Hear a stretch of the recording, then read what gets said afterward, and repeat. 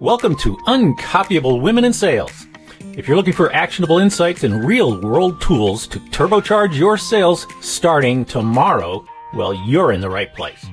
Your host, Kay Miller, earned the affectionate nickname Muffler Mama when she sold more automotive mufflers than anyone else in the world. In this podcast, Kay will talk to another superstar woman in sales as they reveal uncopyable strategies you can use to rack up more leads, snag dream clients, and take your sales numbers through the roof. Stay tuned and get ready to make more sales and how about this? More money. I am so excited about today's guest, Shawna Krueger. Shawna is a bilingual certified yoga instructor with some interesting specialties, which we will learn about in a moment. She's the host of the Leadership and Yoga podcast, an international retreat leader, and the author of the Ritual of Writing Journal. Shawna, welcome to the podcast. Thank you. I'm so excited to be here, and thank you for that sweet little intro. Well, sweet is my middle name, right? You know that. Shawna, we go way back because, full disclosure, everybody, Shawna is my very accomplished niece. So I have one brother named Kurt, and he and our spouses. Okay, I'm not going to forget them, right? We both have one daughter, and you and Kelly are almost exactly 5 years apart. So yes, that's interesting. And of course, I've known you since before you were born, actually. Yeah. And I'll never forget that first time that we met. You were so tiny. Just watching you grow up as a kid, very driven, accomplished, a goal setter and a goal achiever.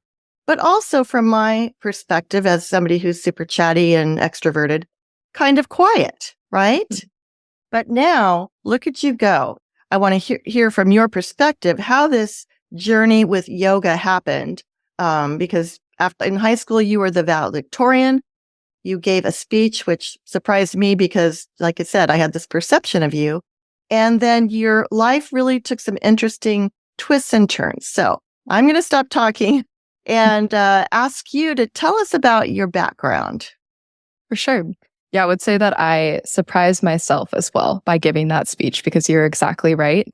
I was never somebody who felt comfortable speaking publicly, and now podcasting and teaching yoga, which teaching yoga, by the way, is like public speaking while performing for an hour, but also kind of doing like adult Simon Says with people barefoot. So you add those other elements in, it gets a little bit more complex, even more than a speech sometimes. But yeah, so I, to say the story in the shortest way I can, I really had my eyes set on becoming an attorney. That was really what I wanted to do. I think that when I say that's what I wanted to do, it was more like that's the answer that people liked to hear, because then I would get the encouragement like, oh, like that's so great, you're going to be so successful. You're so smart. That's going to be perfect. And I never really considered if that was what I wanted to do. And so after graduating with my undergrad degree, I luckily went and worked in a couple of law firms before committing to law school. And I was one of the pandemic people that just did a 180 essentially. So a couple of years into working in the law firm, I had started teaching yoga because it's something that I've always said that I wanted to do. Is actually, I remember going quite frequently with my dad after the gym, and he'd be the only guy in the yoga class, and he'd be the one like pulling me to go. And I totally got hooked on it. And so it's something that I've always kind of had in the back of my mind. But it wasn't until I allowed myself to like be even open to the idea of it, because of course everything hits you like, well, how are you going to be stable? How are you going to support yourself? This is an uncommon path and this is a difficult path, and all these sort of narratives we have around untraditional careers, which, I know that both you and my Uncle Steve know, because I feel like you both are examples to me of people who I see, in the entrepreneurship world and making a way for yourself. And all around me, really, the examples that I had in college were folks who wanted to go like the corporate route. They didn't necessarily want to work for themselves. So but yeah, once I decided to really commit to teaching yoga, I quit at the law firm, also shocked myself there. It was a really great kind of executive assistant sort of role, and moved to Puerto Rico to do more training and give it a shot. And that evolved eventually into the creation of the Leadership and Yoga podcast and all the retreats and, things that I'm doing today. Well, that's a great answer. And you forgot one element of the story. And I know we only have 30 minutes. But when you said it's like playing Simon Says, interesting way to describe teaching and speaking. But Simon is close to the name of your husband, Simone. Yes. Who you met when you went to Ecuador. And that is a whole story and adventure that we don't have time for, but it's fascinating. And there was just a huge article in the Seattle Times about you guys meeting and all his accomplishments and the hardships he faced as an immigrant. So I'm going to put the link to that Seattle Times article because that's all the time we have for you, Simone. Sorry. Gotta get to work here. So as I said beforehand, you had in your bio that you have a couple specialties and that I can't find out where I wrote them, but I'm like, what the heck are these? So one of them is rocket, which I did look up. And so I want you to explain your specialties. Sure. Yeah. So rocket yoga is a specific school of yoga, essentially. And it's actually a very tight-knit community. In order to teach the class, you have to have the certification, and there's various levels of them. And so I've gone through that. And that was something that, again, came about in my life kind of randomly originally because I took a trip, a vacation to Puerto Rico. And then I ended up coming across the school of rocket and Ashtanga, which again gave me a 180 with inside of yoga. And that's, this about niching, right? You just, in some ways it's you think you've already oh yeah, I'm going to do yoga. And then it's oh, I'm not just going to do yoga. I'm going to do rocket yoga. And it just keeps getting narrower. Within rocket, there's a big focus on inversions and handstands. And so literally the slogan of rocket is, it gets you there faster. And so it literally is a really intense practice. It's super energetic. It requires a lot of time to master, but it always kind of keeps you humble, which is really what I love about it. So that is my specialty. If you see my name ever on around the various studios in Seattle where I'm at, you'll know that I'm teaching some form of rocket or Ashtanga. So one of those two schools. Every listener has to go check you out on Instagram, follow you, because you are amazing. I mean, you've really shared your journey about how you even started to learn to do a handstand, which now you're amazing at. And that took a long time. But I mean, I thought at first what you did was called acro yoga, because it's it's not anything that my yoga group ever does, that's for sure. But obviously, like you said, talk about the power of the inversions. From what I read, there's cardio involved in all of these things too. So yeah, it's more complicated than the average layperson who does yoga, I should say, knows about. So very interesting. So your passion turned into a business. Like you said, you thought you wanted to go into law, but I totally remember being in college and thinking, you like the sound of being a lawyer, but you don't really know what it even is. And I remember some of the stories you told, very eye-opening, that you learned that you didn't know. Yeah. And meanwhile, you had fallen in love with yoga. So that really turned out to be a labor of love for you, right? Yeah. So now you lead retreats, international retreats. You do group coaching. I have to throw in that you were somehow chosen, I don't know exactly how, to lead a huge yoga practice at Gasworks Park in Seattle, one of the largest parks here. And that was really something too. So you've really accomplished a lot. But now you are building this business. A lot of it is on social media.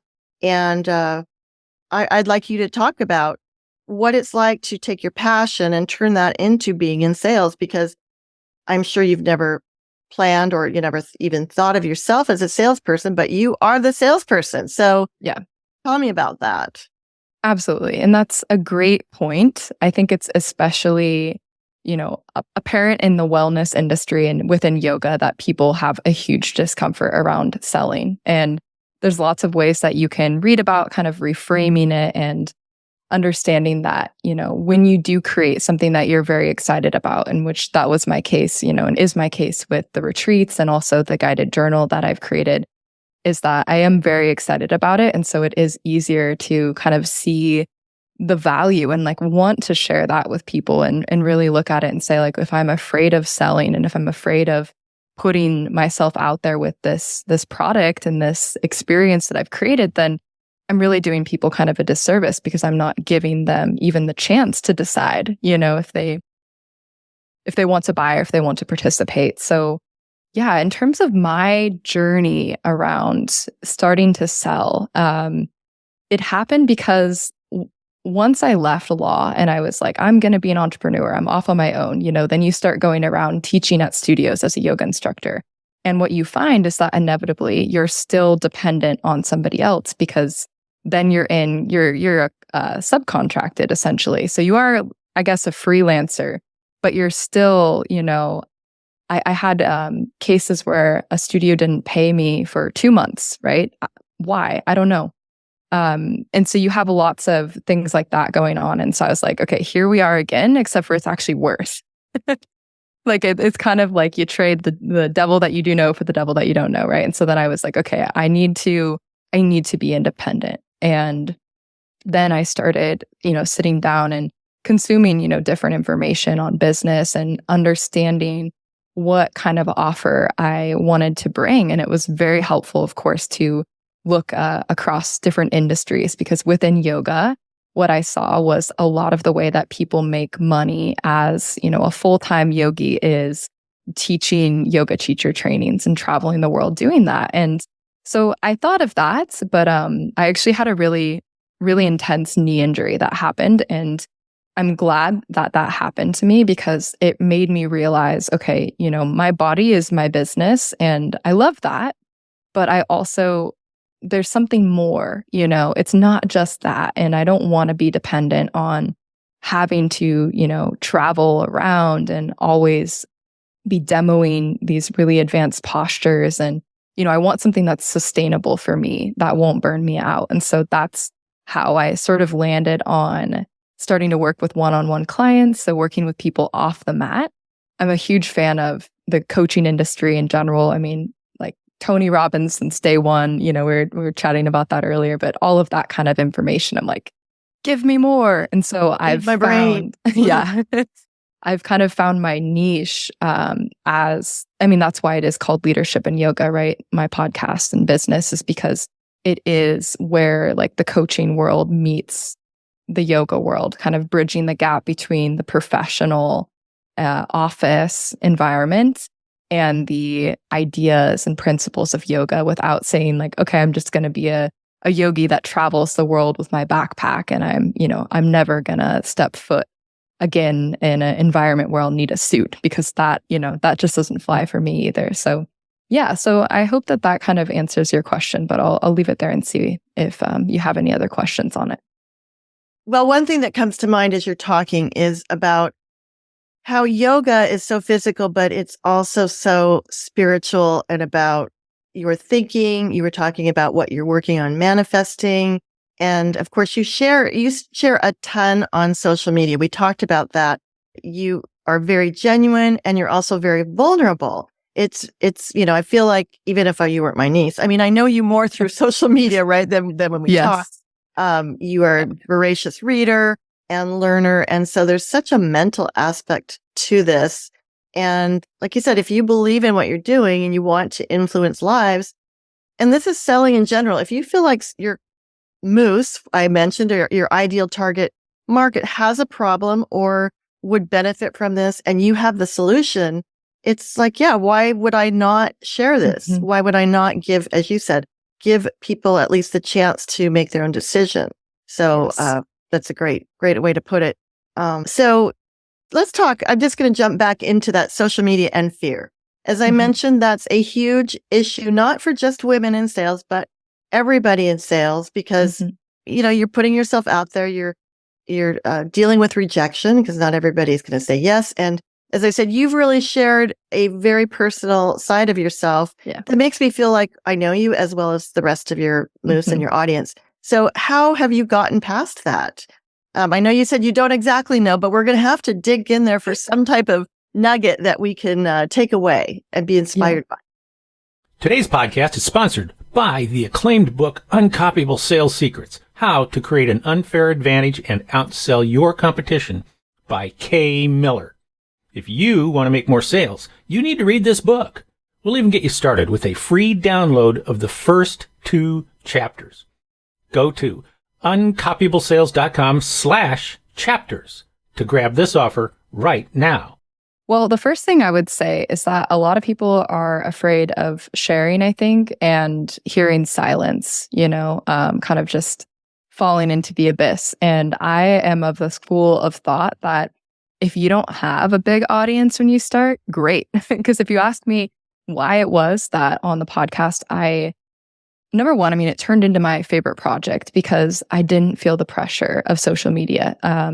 It didn't feel like a social media to me. It felt like a space, a creative space for sharing, and I would just get this kind of urge and this whisper to want to create. And so that's the one thing I would say is that if you don't have like the urge or the whisper to create on social media per se, maybe there's another way to do it, or maybe there's another medium on the social media that makes sense.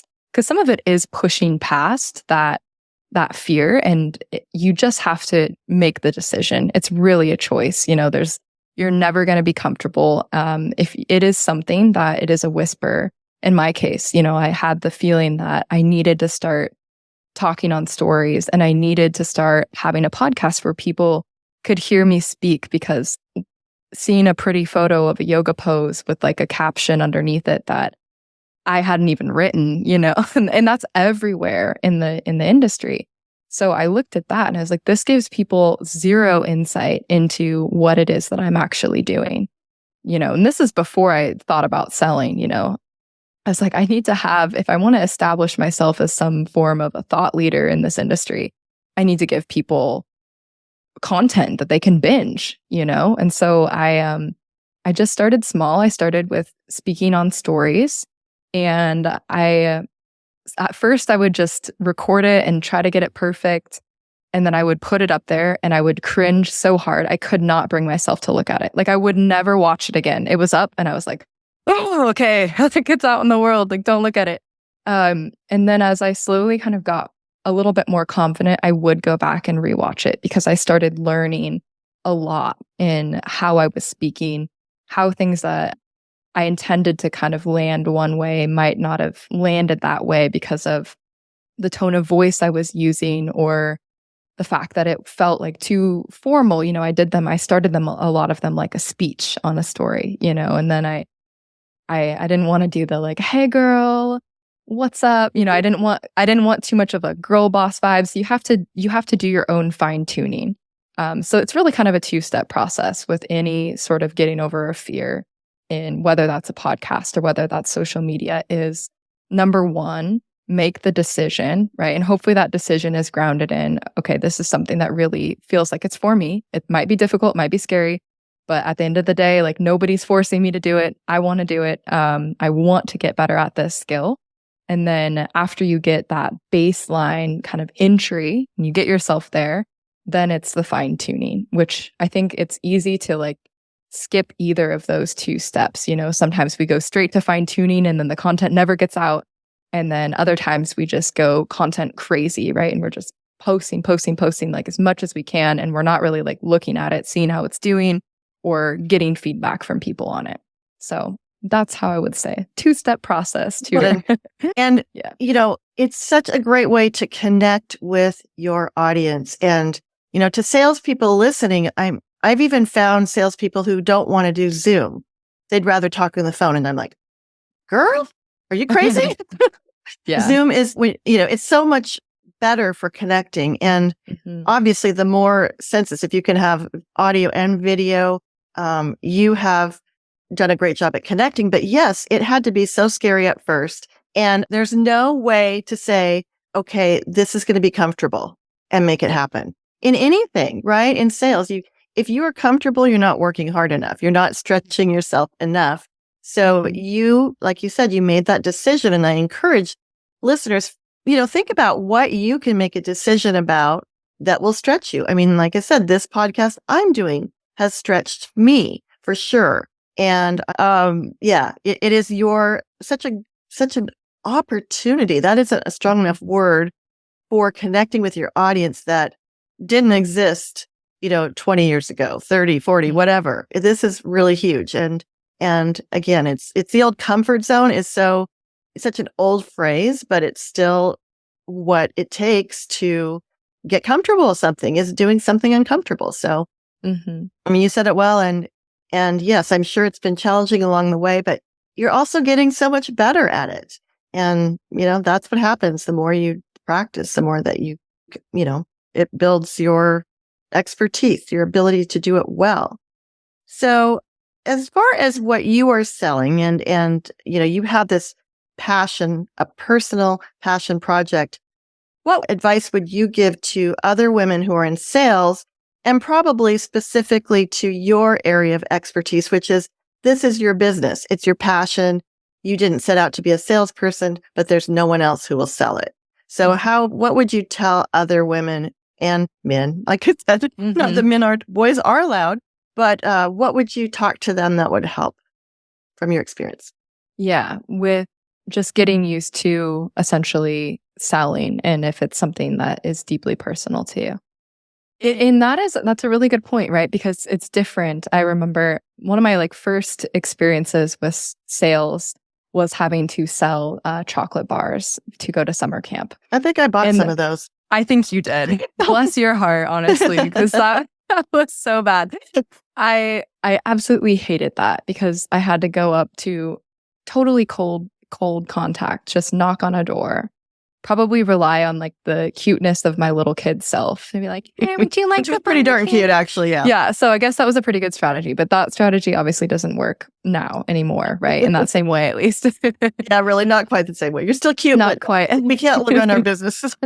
Yeah. But I just remember reflecting back whenever it gets difficult to sell whatever it is that I'm selling, whether that's reaching out to people. I ran a giveaway, for example, and I gave away a free spot to my retreat. And then I had a bunch of essentially contacts of people who I knew were interested because they had entered into the contest, had checked that they were interested. And then I had to actually follow up with, hundreds of people. And again, it felt like, okay, these are not all of them are cold contacts. Some of them could have been followers, but a lot of them were new. And I was just like, you know what? Thank God it's not the plain random chocolate bar that it's such a low value thing that's found everywhere else in the market. And at least now, I have my little retreat info packet. I'm very proud of it. It is done to the best of my ability. I'm excited about this experience. And I think it just comes down to that, is getting yourself excited about, the product that you're selling. And it doesn't mean that you're always going to be super pleased. At least for me, it's really hard, right? That's part of the journey. You have in your mind one idea of how your product or your experience or even the marketing and the labeling of it and the packaging of it is going to look. And there are many iterations of it because it usually doesn't hit the mark. It's very similar to an artist. You ask them, if they like their work, and they usually tell you no, it's actually before completion. And I just had to put it down because I kept fixing little pieces of it. So I think let yourself do that. Let yourself fix and add until it gets to a point where you can get some eyes on it and get some genuine feedback. Especially starting small, like myself, with really no other business partners, no network really at first. You do have to kind of rely on those one-on-one sort of contacts. And one other thing I'll say on this that just came to my mind is that the virtual is wonderful and the social media is wonderful, but so are in-person meetings. I just want to stress this so much because I find that, especially selling my retreats, if people are able to meet me, if they're able to take a class in person or attend one of my in-person events, they are just so much more open to the idea of continuing to work together.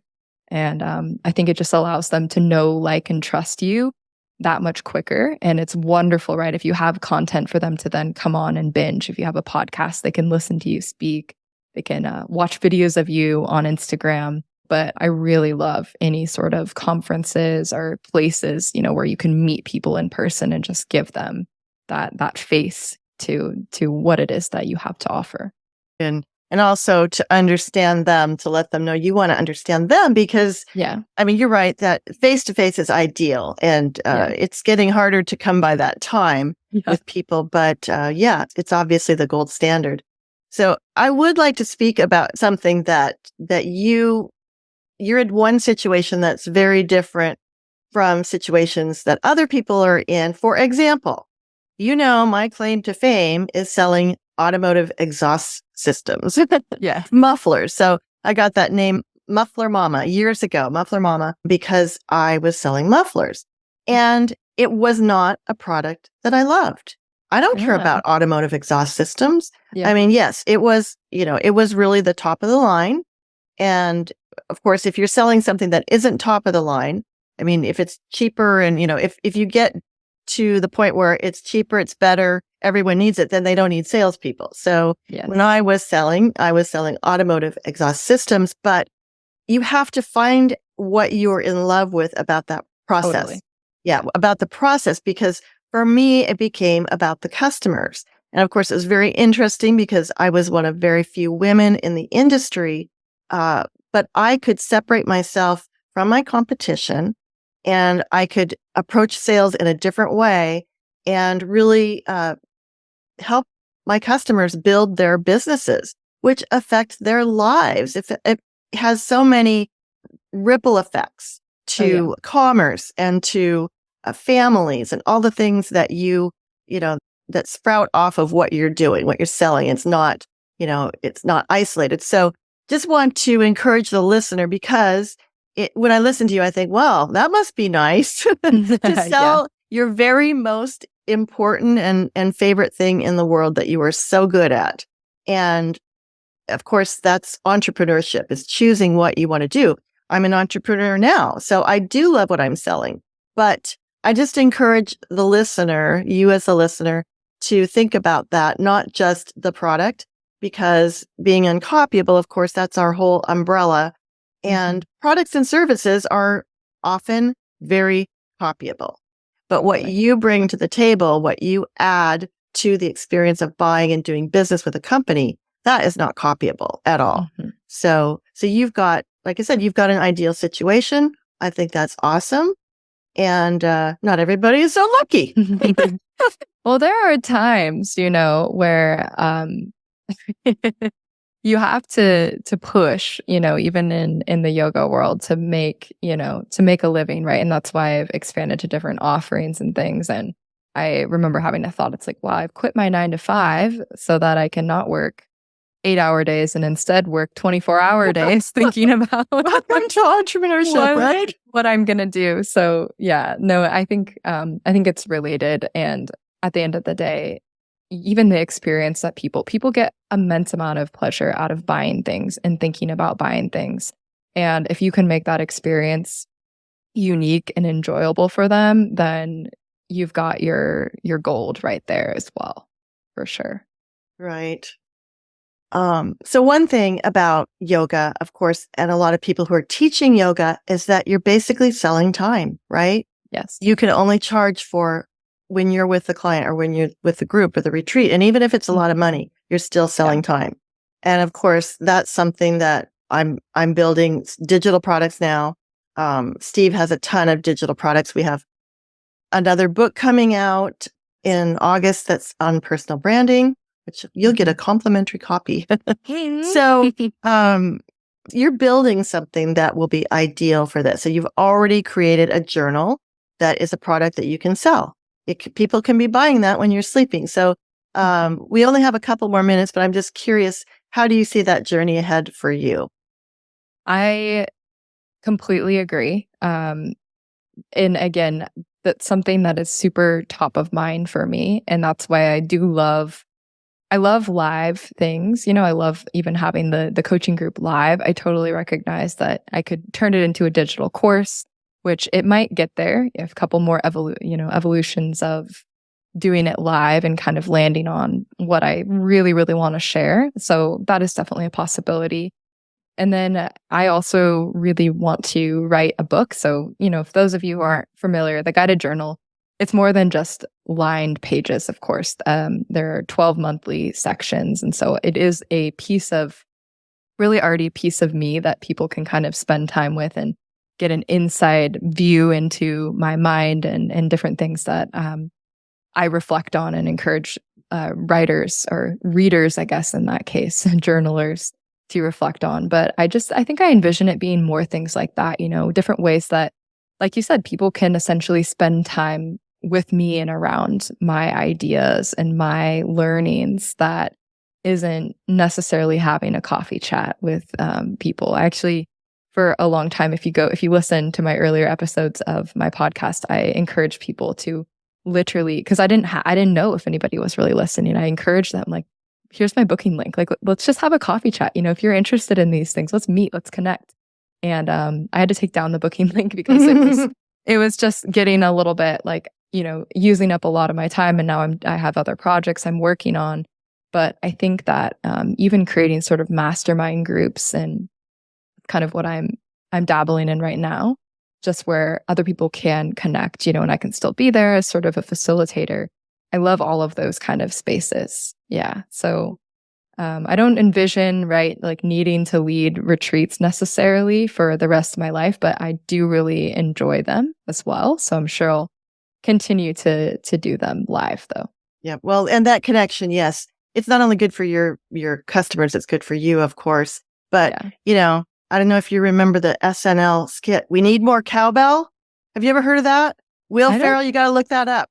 We need more cowbell. Well, I'm saying we need more Shawna. So you can impact more lives now with all the technology we have. So I see big things ahead, of course. And you're poised for this. You're perfect for it.